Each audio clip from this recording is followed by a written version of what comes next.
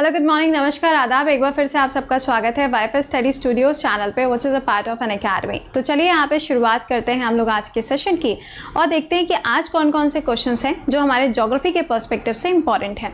सबसे पहली चीज़, आप लोगों का एमटीएस का जो एग्ज़ाम है वो ऑलरेडी स्टार्ट हो चुका है, तो उन सारे क्वेश्चंस को मैं ऑलरेडी डिस्कस कर रही हूँ कहाँ पे 6:45 AM के करंट अफेयर्स के क्लास के साथ में।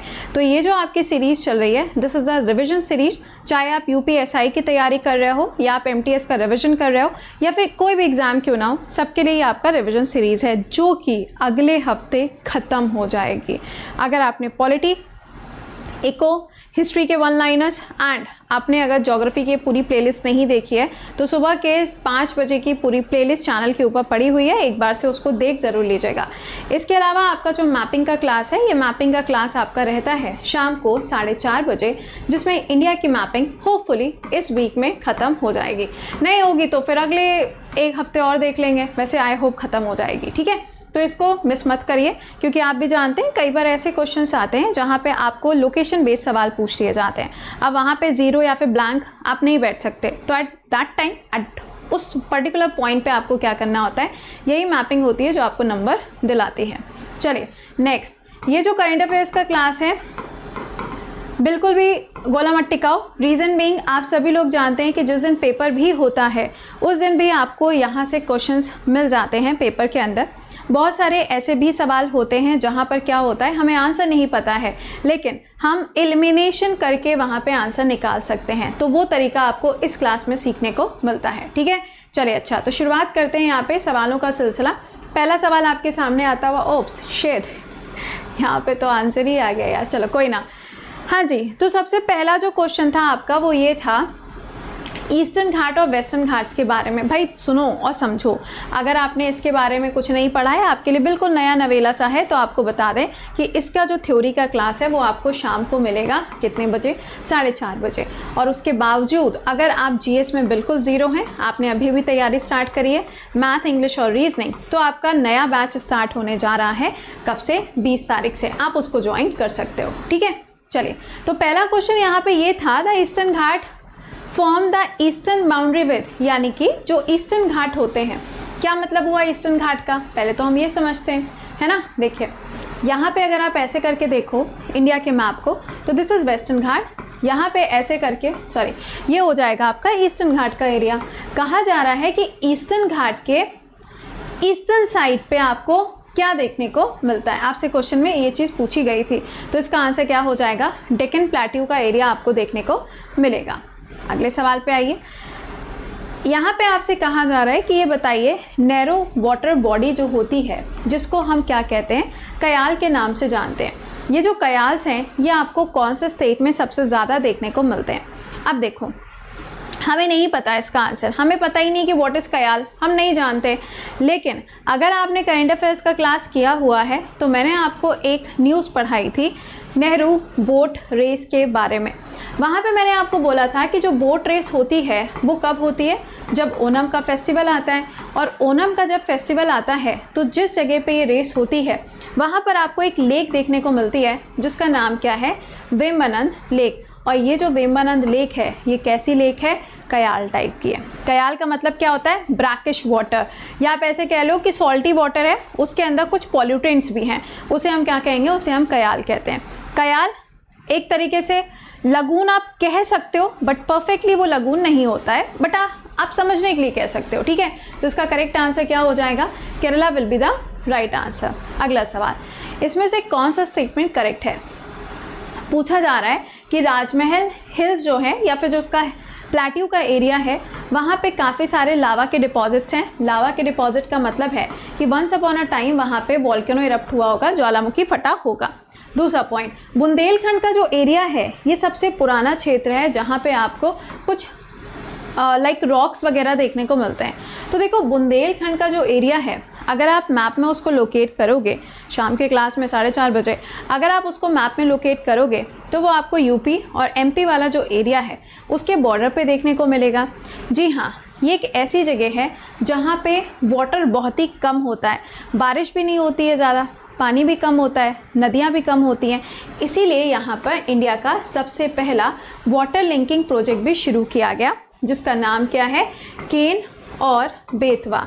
आज तक ये पूरा ना हो पाया क्योंकि इसके किनारे पे पड़ता है एक नेशनल पार्क, और उस नेशनल पार्क के चक्कर में आज तक अगर आप देखेंगे तो ये पूरा नहीं हो पाया है। ठीक है, सेकेंडली तो ये आपको पता होना चाहिए किसके बारे में, केन एंड Betwa. This is the oldest one, of course it is the oldest one.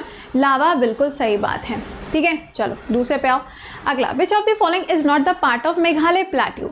अगर हम मेघालय प्लेट्यू की बात करते हैं तो मैंने आपको बताया हुआ है नॉर्थ ईस्ट में गारो, खासी और जयंतिया ये होते हैं। ऊपर के साइड पे देखोगे तो आसाम का बॉर्डर है, नीचे के साइड पे देखोगे तो बांग्लादेश का बॉर्डर है।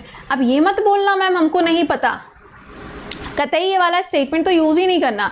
रीज़न बीइंग शाम को 4:30 बजे मैंने पूरा थ्योरी में पढ़ा दिया है। अब आपने क्लास किया कि नहीं किया वो आपकी जिम्मेदारी है, वो मेरी जिम्मेदारी नहीं बनती अब। ठीक है, तो यहाँ पर ज़रा ध्यान दीजिएगा। गारो करेक्ट, खासी करेक्ट, जयंतिया करेक्ट। बचा क्या यहाँ पे, नॉट पूछा गया था, आंसर निकल आया। सेकेंड पॉइंट, गारो नाम की जो पहाड़ी आप देख रहे हो इसके ऊपर आपको एक नेशनल पार्क देखने को मिलता है जिसका नाम क्या है, नॉकरिक नेशनल पार्क, वेरी इंपॉर्टेंट। और यही गारो, खासी, जयंतिया, इन्हीं के नीचे आपको क्या मिलता है, मौसनग्राम और चेरापूंजी, जहाँ पे इंडिया की हाईएस्ट रेनफॉल होती है। अगला सवाल, कार्बी एंगलोंग प्लेट्यू या फिर चचर हिल, यह आपको मिलता है कहाँ पर, तो इसकी जो लोकेशन है वो आपको छोटा नागपुर के पठार पे देखने को मिलती है। छोटा नागपुर प्लेट्यू जो है इसका मैक्सिमम एरिया अगर आप देखेंगे तो ये आपको झारखंड और छत्तीसगढ़ के एरिया में मिलता है। बट ऐसा नहीं है कि बिहार के एरिया में नहीं आता, it also comes in the Bihar part. और बिहार के साथ साथ में जो ये राजमहल हिल्स मैंने आपको बोला है उसका बॉर्डर भी इसी के साथ में शेयर करता है। तो ये ध्यान रखिएगा, छोटा नागपुर का पठार, उसके नीचे दंडकारण्य का पठार देखने को मिलेगा। ठीक है, ओके फाइन। सेकेंड पॉइंट, ये वाली जो जगह है इसको बोला जाता है रू ऑफ इंडिया। अब रू ऑफ इंडिया क्यों कहते हैं, इसका रीज़न है क्योंकि इस जगह पे आपको बहुत सारे खनिज देखने को मिलते हैं, जैसे कि आयरन ओर हो गया, बॉक्साइड हो गया, या लाइक कोल हो गया, ये सारी चीज़ें आपको यहीं पर देखने को मिलेंगी। अगला सवाल, which of the following plateau called the roof of the world. Roof of the world, अच्छा रूफ ऑफ द वर्ल्ड, अच्छा मैं सोच रही थी कि अगर सपोज करो यहाँ पे 5वां वाला ऑप्शन होता और लिखा होता पामीर नॉट, तब आंसर क्या करते। सुनिएगा, सवाल में आपको कहीं पे भी पामीर नॉट ऑप्शन में नहीं दिया हुआ है। अब आप यहीं पे कंफ्यूज ही आ जाएंगे, मैम हमने तो आज तक यही पढ़ा था रूफ ऑफ द वर्ल्ड जो है वो पामीर नॉट है। बिल्कुल सही बात है, लेकिन प्रेजेंट क्वेश्चन के हिसाब से अगर आप देखेंगे तो एक सवाल के अंदर साफ साफ प्लेट्यू शब्द लिखा हुआ है। पामीर नॉट का जो हिस्सा है वो भी एक तरीके का प्लेट्यू ही है, लेकिन यहाँ पे आपको वो ऑप्शन में नहीं दिया हुआ है। अगर ये तुमको ऑप्शन में दिया होता तो तुम आंसर ये मार्क करते, दोनों दिए होते तो भी तुम आंसर ये मार्क करते, बट यहाँ पे ये दिया ही नहीं है ना, इसके साथ में खेला हुए हो गया। तो इसका करेक्ट आंसर क्या होगा, Tibet plateau will be the correct answer. अच्छा, तिब्बत का जो पठार है ये भी ध्यान रखिएगा, अगर आपसे पूछा जाता है highest plateau of the world तो भी आप आंसर क्या करोगे, तिब्बत प्लेट्यू ही मार्क करके आओगे। ये वो जगह है जहाँ से आपको 2 रिवर्स मिलती हैं, पहली है ब्रह्मपुत्र, दूसरी जो रिवर आपको मिलेगी दैट इज़ इंडस रिवर। दोनों आपके लिए इंपॉर्टेंट है। अगला, Columbia Snake plateau is located in which of the following country. अब देखो ये वाला जो पूरा सेशन है ना प्लेट्यू के बेसिस पे, तो मैंने कुछ क्वेश्चंस जो हैं वो आपके लाइक वर्ल्ड के लेवल पे भी इंक्लूड कर लिए ताकि आपका उसका भी रिवीजन हो जाए। ठीक है, हाँ जी बताओ, कोलंबिया स्नेक, सुनो स्नेक नाम की एक रिवर है। भाई फिर से मेरा वही सेम स्टेटमेंट होगा, अगर ये क्लास नहीं देखी है तो ये वाली क्लास देखने का कोई मतलब नहीं है, और अगर ये दोनों क्लास नहीं देखी है तो पेपर देने जाने का तो कतई मतलब नहीं है, क्योंकि ज्योग्राफी में फिर आपके साथ में नील बटे सन्नाटा वाली हालत हो जाएगी। तो ऐसा आपके साथ में ना हो। अगर आप देखो पेड स्टूडेंट हो तो भी कोई फ़र्क नहीं पड़ता, यूट्यूब क्लासेस के स्टूडेंट हो तो भी कोई फ़र्क नहीं पड़ता, पढ़ना आपको दोनों ही पड़ेंगे, यू कांट स्किप। अगर मार्क्स चाहिए तो पढ़ना पड़ेगा, सीधी सी बात है। सिर्फ एडिटोरियल एनालिसिस पढ़ लेने से या सिर्फ करंट अफेयर्स पढ़ लेने से अगर आपका सिलेक्शन होने लगे तब तो बहुत बड़ी बात है, क्योंकि हर एक क्लास में आपको कुछ ना कुछ नए ही देखने को मिलता है। तो अपने शेड्यूल में से जब तक आप जीएस को 3 घंटा नहीं दोगे तब तक कुछ नहीं हो सकता है। इसका आंसर क्या हो जाएगा, सिंपल है, यूएसए है। मैंने आपको पढ़ाया हुआ है, स्नेक रिवर यूएसए के अंदर है, ट्रिब्यूटरी है, कहानी खत्म हो गई, आंसर मार्क किया, आगे बढ़ो, वहाँ पे वेट थोड़ी ना करेंगे। आगे सुनिएगा, रॉकी माउंटेन, ओहो गजब। कहाँ पर है? अब ये मत कहना कि मैम अरे हमको तो पता ही नहीं है कि ये नॉर्थ अमेरिका के अंदर है, ऐसा गाना मत गाइएगा। सो ये आपको कहाँ मिलेगा? नॉर्थ अमेरिका के अंदर, ठीक है। कहा जा रहा है कि from the north and the east, in the west by the Great Basin, from the south by the Sonoran Desert. आपसे कहा जा रहा है इसमें से कौन सा वाला ऐसा प्लेट्यू है, अगर हम उसकी लोकेशन को देखें तो उसके इधर के साइड पे आपको रॉकी मिलेगा, इधर के साइड पे आपको अलग एक बेसिन मिलेगा, इधर के साइड पे आपको एक डेजर्ट मिलेगा। ये कौन सा वाला प्लेट्यू है? तो इसका करेक्ट आंसर हो जाएगा कोलोराडो प्लेट्यू। इंपॉर्टेंट है। अगला, इसमें से कौन सा ऐसा प्लेट्यू है जिसे कैनेडियन शील्ड बोला जाता है? मैपिंग के क्लास में हडसन बे जहाँ पे था उसी के पैरेलल में आपको कैनेडियन शील्ड नज़र आ रहा था। कहा जा रहा है कि कौन सी वाली वो जगह होगी। तो देखो आंसर नहीं पता है, कोई बात नहीं, ट्रिक लगाओ ना। अभी देखो कुछ बच्चों के ऐसे भी मैसेज आते हैं कि मैम हमारे पेपर में जो था वो जीके जीएस आई थी लेकिन कुछ पल्ले ही नहीं पड़ी। फिर हमने क्या किया? फिर हमने लगाया एलिमिनेशन। देखो आउट। पता होना चाहिए, मतलब तुक्के नहीं लगाने। अब आउट क्यों हुआ? भाई ये आपका साउथ अमेरिका में लिखा क्या है? कनाडा। ये तो नॉर्थ अमेरिका में, तो ये तो बाहर हुआ। अच्छा, कैटेंगा प्लेट्यू मैम, सोचो, दिमाग लगाओ। कुछ ऐसा सा सुना था शाम को 4:30 बजे में, वही वाली कहानी हो गई कि भैया खेला होवे हो जाएगा तुम्हारे साथ में अगर कायदे से नहीं पढ़ा। तो ये ध्यान रखिएगा, इसका करेक्ट आंसर क्या बनेगा? C will be the right answer. ये तो कैसे भी नहीं हो सकता था, इसे तो हमें एलिमिनेट ही करना था। अगला सुनो, कहा जा रहा है चांदीपुर ऑन द सी।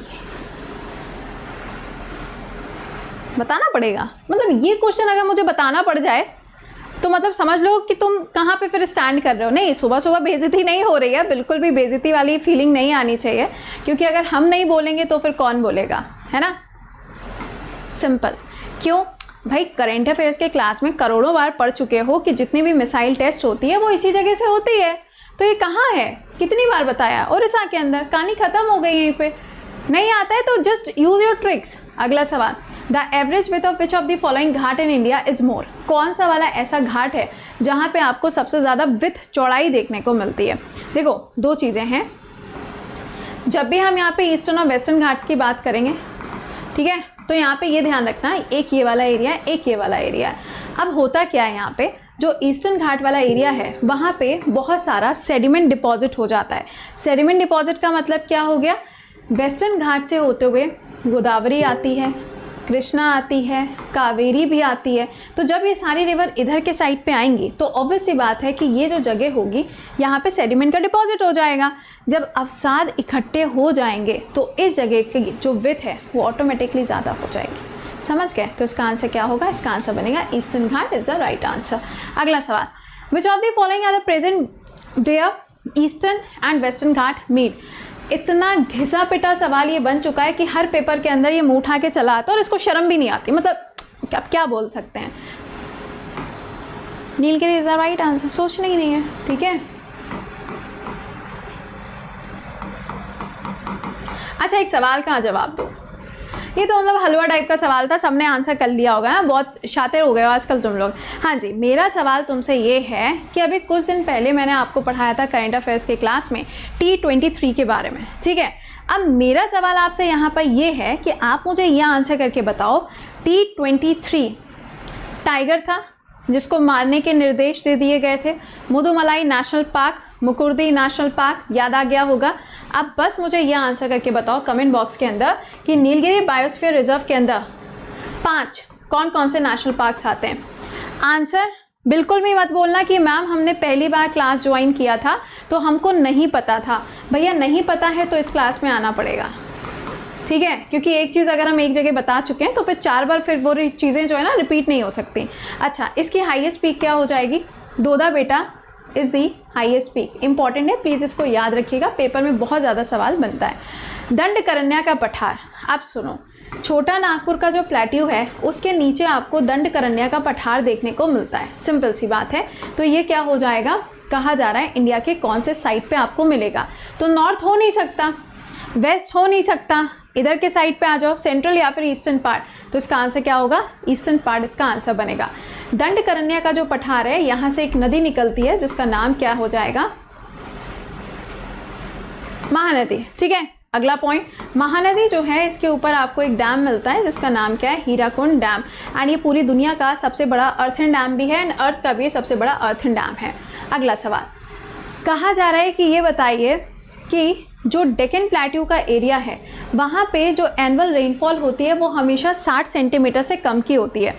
अगर कोई भी ऐसी जगह है जहाँ पे वर्षा जो है, जो रेनफॉल है, अगर वो 19 सेंटीमीटर से कम की होती है तो उसे हम डेजर्ट बोलते हैं। ठीक है, सवाल में आपसे कहा जा रहा है कि ये जो रेनफॉल होती है ये 60 सेंटीमीटर से कम की होती है।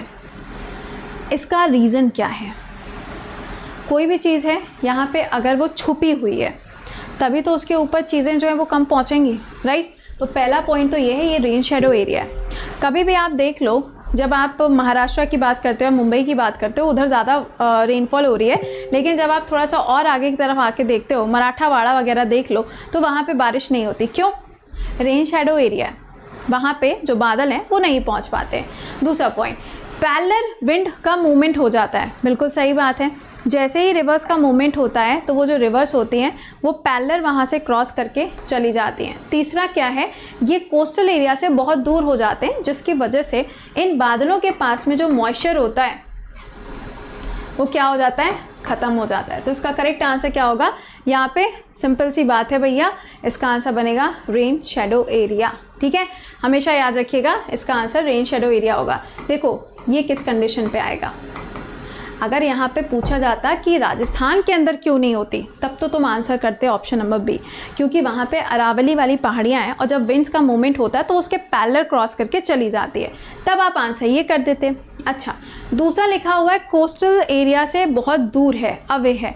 तो देखो ये आंसर तुम तब करते जब हम एमपी या बुंदेलखंड के एरिया के बारे में आपसे पूछते।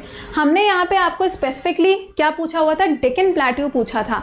तो डेक्कन प्लेट्यू का जो एरिया है वो आपको रेन शेडो एरिया देखने को मिलता है। कैसे, आओ ये भी बता दें। ठीक भैया, देखो अगेन आई रिपीट, प्लीज़ शाम का क्लास ज़रूर देखें। ये है वेस्टर्न घाट, यहाँ पे है डेक्कन प्लेट्यू, हवाएं यहाँ से आती हैं। अब देखो हवाएं जब आती हैं चल के, तो हवाओं को मिस्टर शाह जी ने गाना शायद नहीं सिखाया था, कौन सा वाला, कि बादलों से कह दो क्या करना है, बारिश करनी है ना।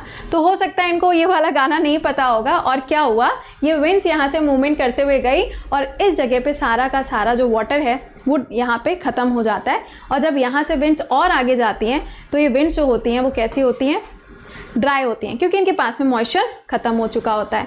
तो जब यहाँ पे ये हवाएं पहुँचती हैं तो क्या होता है, बारिश बहुत कम होती है। अगला सवाल, which of the following plateau is famous for tin reserve. पहले तो ये समझना, टिन है, बॉक्साइड है, आयरन ओर है, कोल है, मिनरल्स के ऊपर सवाल पूछे जाते हैं। इंडिया में कौन सा स्टेट में कौन सा वाला मिनरल किस पर्टिकुलर स्टेट के अंदर सबसे ज़्यादा होता है, इसको थोड़ा सा पढ़ लीजिएगा, काम आएगा। हाँ जी बताइए, टिन रिजर्व पूछा जा रहा है, इसका आंसर क्या हो जाएगा, Bolivian plateau is the right answer.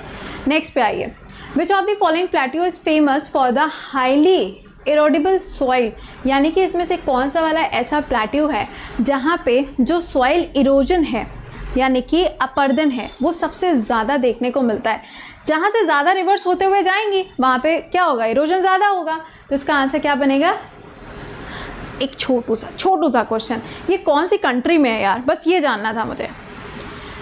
अगर किसी ने बोला कि मैम ये पहली बार पढ़ रहे हैं, कसम से बता रहे हैं मैं क्लासेस बंद कर दूँगी अगर किसी ने ये बोल दिया कि मैम ये पहली बार सुना है। समझ रहे हैं, चलिए इसका आंसर करके बताओ। अच्छा, आइबेरियन पेनिनसुला हो सकता है किसी ने पहली बार सुना हो, बट करोड़ों बार ये भी बताया हुआ है, उसके बाद भी आप इसका आंसर गलत कर सकते हो, मुझे इसकी पूरी श्योरिटी है। हाँ जी, आइबेरियन प्लेट्यू जो है वो स्पेन के अंदर है, जिसके ऊपर आपको क्या मिलता है, एंडोरा नाम की कंट्री मिलती है। और ये जो एंडोरा नाम की कंट्री है, ये ध्यान रखना कि ये IMF के अंदर अभी हाल ही में जुड़ी है और 198 नंबर की कंट्री के रूप में अब इसको जाना जाता है। इम्पॉर्टेंट बातें आपको याद दिला दी गई हैं। अगला, कार्बी एंग्लो प्लेट्यू किसका एक्सटेंशन है? ओके, सोचो क्या हो सकता है, इसका आंसर क्या बनेगा, peninsular plateau is the right answer. Shivalik हो नहीं सकता था, ईस्टर्न हिल के बारे में आप एक बार को सोच सकते थे, लेकिन फिर भी इसका करेक्ट आंसर ये नहीं होता। मालवा का पठार, इसमें से कौन सा ऐसा है जहाँ पे मालवा का पठार का एरिया नहीं है? नॉट। क्वेश्चन को ज़रा ध्यान से पढ़िएगा। कई बार क्या होता है ना, हम जल्दबाजी में यहाँ पे क्वेश्चन पढ़ जाते हैं और सारा का सारा खेला हो वे वहीं पे हो जाता है। अब तो हम लोग को ये शब्द यूज़ करना पड़ेगा ना, क्यों? अरे Mamata Banerjee is back. Okay, अगला सुनिएगा। राजस्थान, गुजरात, महाराष्ट्र या फिर एमपी। अब देखो यार, एमपी वाला एरिया में तो मिलेगा ही मिलेगा, लेकिन महाराष्ट्र वाला एरिया थोड़ा सा साइड में चला जाता है, तो इसका आंसर क्या हो जाएगा? महाराष्ट्र को यहाँ से लिस्ट में से बाहर करिएगा। एक सवाल पूछ लूँ, चंबल रिवर जो है, डाकुओं वाला जो एरिया हुआ करता था, चंबल रिवर कहाँ से ओरिजिनेट होती है? मेरा सवाल ये है, आंसर करना। अगला सवाल, सतमाला हिल्स जो हैं वो इनमें से कौन से स्टेट के अंदर लोकेटेड है? तो देखो, सतमाला की पहाड़ियाँ जो हैं वो यूपी में तो नहीं है, यूपी से इसको बाहर करो यहाँ पे भैया, यूपी तो कतई नहीं है। बचे 3 ऑप्शन तुम्हारे पास में। गुजरात नहीं हो सकता क्योंकि गुजरात बिल्कुल कॉर्नर में चला जाता है। बचा था राजस्थान और महाराष्ट्र। जब गुजरात बिल्कुल कॉर्नर में चला गया तो राजस्थान गुजरात के ऊपर है, तो वो भी कॉर्नर में चला गया। बचा क्या? महाराष्ट्र। ठीक है, आंसर क्या है? सतमाला, महाराष्ट्र। अगला, भाई साहब बहुत ही गजब वाली प्लेस है। अभी 2 दिन पहले मैंने एक शॉर्ट वीडियो बनाया था, 1 मिनट या 2 मिनट वाला एक शॉर्ट वीडियो था। भाई साहब, सासाराम नाम की जो जगह है, जब से शुभम जी यहाँ पे यूपीएससी टॉपर बने हैं तब से पूरा बिहार चर्चा में छाया हुआ है। वैसे भी बिहार हमेशा न्यूज़ में रहता था, बट आपको सुन के यहाँ पे हो सकता है थोड़ा सा शॉक लगे कि ये जो जगह है, यहाँ पे जो रेलवे स्टेशन है, वहाँ पे सुबह के टाइम और शाम के टाइम 2 घंटे तक स्टूडेंट्स आके पढ़ाई करते हैं। यू वोंट बिलीव कि कितना बड़ा ये हब बन चुका है। एक बारी को हम मुखर्जी नगर को देखें और जगह को देखें तो शायद हम ये नहीं कह पाएंगे कि अरे दोनों अलग अलग हैं, समझ रहे हैं? तो this place is in Bihar and बहुत ही ज़्यादा आजकल चर्चा में है। कहा जा रहा है आपसे सासाराम और चित्तौड़गढ़, इनके जो एरियाज़ हैं वहाँ पे आपको कौन सा वाला रिवर सिस्टम देखने को मिलता है? तो इसका करेक्ट आंसर क्या होगा? ये आपका विंध्या सिस्टम आपको मिलेगा। रिवर सिस्टम मैंने क्यों बोला? क्योंकि ये जो विंध्या की पहाड़ियाँ हैं, इसी वाले एरिया से होते हुए चंबल रिवर ऐसे ऐसे ऐसे ज़िगज़ैग करते हुए जाती है और जाके यमुना से मिल जाती है। ठीक, चलो अच्छा, नेक्स्ट पे आइए। छोटा नागपुर प्लेट्यू जो है वो झारखंड के अंदर मैक्सिमम आपको मिलता है। कहा जा रहा है कि और कौन कौन से राज्यों के अंदर आपको इसका एरिया देखने को मिलेगा? अच्छा, ऐसा क्या? सोचो क्या हो सकता है? थिंक सोचिए। मैक्सिमम एरिया जो है वो झारखंड के अंदर है। सिंपल था यार, कुछ नहीं लगाना था, कोई रॉकेट साइंस नहीं थी। अभी तो स्टार्टिंग में आपको बोला था ना कि इसका जो एरिया है वो झारखंड और छत्तीसगढ़ में ज़्यादा है। यही तो मैंने तुमको बोला था। कहाँ लिखा है? छत्तीसगढ़, छत्तीसगढ़, छत्तीसगढ़। ठीक है, चलिए next. Which is the largest physiographic division of India? देखो, हमारा जो देश है ना वो अलग अलग हिस्सों में डिवाइडेड है और उसी अलग अलग हिस्से के हिसाब से शाम को हम आपको मैपिंग भी पढ़ा रहे हैं। जैसे कि हिमालयज अलग हो गए, प्लेन्स अलग हो गया, आइलैंड्स अलग हो गया। तो कहा जा रहा है कौन सा वाला डिवीजन सबसे बड़ा है? तो इसका करेक्ट आंसर क्या होगा? पठार का क्षेत्र। भाई ऑब्वियस सी बात है कि ये जो पूरा एरिया तुम देखोगे, this complete is a plateau. अब यहाँ पे इसको पेनिनसुला, प्रायद्वीप क्यों कहते हैं? इसका रीज़न है, यहाँ पे आपको अरब सागर मिलेगा, इधर के साइड पे बंगाल की खाड़ी और नीचे के साइड पे हिंद महासागर मिलता है, जिसकी वजह से हम इसको इस नाम से जानते हैं। इसमें से कौन सी ऐसी रिवर है जो कि बुंदेलखंड के एरिया में आपको मिलती है? सिंपल है, यमुना रिवर मिलेगी। इन केस ऑप्शन में अगर आप देखें यमुना ना दिया हो, है ना, तो बुंदेलखंड के नॉर्थ में पूछ रहा था, तो आप एक बारी को चंबल कह सकते हो, बट फिर भी अगर यहाँ पे दोनों ऑप्शन में, तो आप यमुना के साथ ही जाना, वही परफेक्ट आंसर आपका बनेगा। कई बार क्या होता है ना, ज्योग्राफी के पर्सपेक्टिव से ऑप्शन के हिसाब से आंसर चेंज हो जाता है, तो आपको उस चीज़ के ऊपर ध्यान देना है। अगला, विच one of the following form the real watershed of the peninsula? यानी कि जो पेनिनसुला का एरिया है वहाँ पे इसमें से कौन सा ऐसा प्लेस है जिसकी वजह से वहाँ पे बारिश होती है? अब ये मत भूलना मैम, गाना ही होगा भैया। अभी तुमको बताए थे पूरा ड्रॉ करके कि बादल इधर से आते हैं, उसी जगह पे बारिश हो जाती है, कहानी ख़त्म हो जाती है। ठीक, सिंपल है। यहाँ पे एक बार कॉन्सेप्ट समझ जाओ तो कहानी में यहाँ पे ज़्यादा आपको चीज़ें याद नहीं करनी है। अगला देखिए, which one of the following is the escarpment along the Son valley या फिर सोन रिवर? तो इसका आंसर क्या हो जाएगा? Kaimur range is the correct answer. ये ध्यान रखिएगा कि this is a tributary of this is a tributary of Ganga river, ठीक है। और इसका जो डायरेक्शन है वो आपको कैसे मिलता है, साउथ टू नॉर्थ मिलता है। ओके, सो नाउ अब यहाँ पे हमारा ये वाला जो सेशन है, अब इसके बाद में आपसे मुलाकात होगी 6:45 AM पे शार्प। और प्लीज़ सेशन को एक बार से लाइक और शेयर करना मत भूलिएगा। इसके अलावा अगर आप में से कोई ऐसा स्टूडेंट है जो एसएससी या लाइक किसी भी एग्ज़ाम की तैयारी कर रहा है, एनडीए है, सीडीएस है, एयरफोर्स के अलग अलग एग्ज़ाम्स होते रहते हैं, या फिर लेखपाल है या आरओ एआरओ है, तो आपके लिए जो नया बैच है गाइस वो स्टार्ट होने जा रहा है 20 तारीख से, 20 अक्टूबर से स्टार्ट होगा। अगर आपने ज्वाइन नहीं किया है पहले से तो ज्वाइन कर लीजिएगा, क्योंकि नया बैच जब स्टार्ट होगा तो उसमें आपको जीएस, मैथ, इंग्लिश और रीजनिंग ये सारी चीज़ें मिलेंगी। वीडियो के डिस्क्रिप्शन में लिंक जो है वो मेंशन कर दिया गया है, कोड लगेगा यहाँ पे Krati10, जिसका इस्तेमाल करते हुए आप क्या कर सकते हैं, बैच को ज्वाइन कर सकते हैं। और ये ध्यान रखिएगा कि यहाँ पे आपको डिफरेंट फीचर्स भी मिलते हैं, जिनके थ्रू आप क्या कर सकते हो, अपनी तैयारी को और भी ज़्यादा बूस्ट अप कर सकते हैं। अगर आप चाहें तो यहाँ पे EMI के थ्रू भी पेमेंट कर सकते हैं। बैच का जो कंप्लीट अमाउंट है वो 1 साल का इतना है। अगर आप EMI में पेमेंट करते हो तो इतना नहीं देना है, क्यों, इसके ऊपर 10% डिस्काउंट होगा जब आप ये कोड यहाँ पर मेंशन करोगे और प्रोसीड टू पेमेंट करोगे। इसी के साथ में यहाँ पे भी एक ऑप्शन होता है कॉइन्स का, जैसे कि आपने स्पेशल क्लासेस किए होता है ना, 10:30 बजे, 1-2 बजे, वहाँ से आपको कॉइन्स मिलते हैं जिनको आप यहाँ पे अप्लाई कर सकते हो। ये अमाउंट और भी कम हो जाएगा, तो करीबन जाके 450 रुपये हर महीने के हिसाब से आपको जीएस, मैथ, इंग्लिश और रीजनिंग के लिए पे करना है। एंड यहाँ पे आपको एसएससी कैटेगरी के अंदर हर एक एजुकेटर का क्लास मिल जाएगा, आप किसी का भी क्लास कर सकते हो। इसके अलावा आपका हर संडे को कॉम्बैक्ट होता है, जहाँ पे आपको स्कॉलरशिप मिलती है, एंड ये दोपहर में 12 बजे होता है। अरे यार शिट, मेरे को रिकॉर्ड भी तो करना है, आंसर तो भी रिकॉर्ड ही नहीं किए, तो क्वेश्चन कैसे आएंगे और टेस्ट कैसे होगा, चलो वो भी हो जाएगा। मिलते हैं आप लोगों से फिर कितने बजे, 6:45 पे। एंड आपके स्पेशल क्लासेस का शेड्यूल, दोनों टॉपिक आपके सामने मेंशन है, एनसीईआरटी एंड द साइंस, ठीक है। चलिए, तो एक बार इस सेशन को लाइक एंड शेयर। मिलते हैं आपसे कितने बजे, 6:45 AM शार्प। टिल देन खुश रहिए, मुस्कुराते रहिए, bye bye and take care.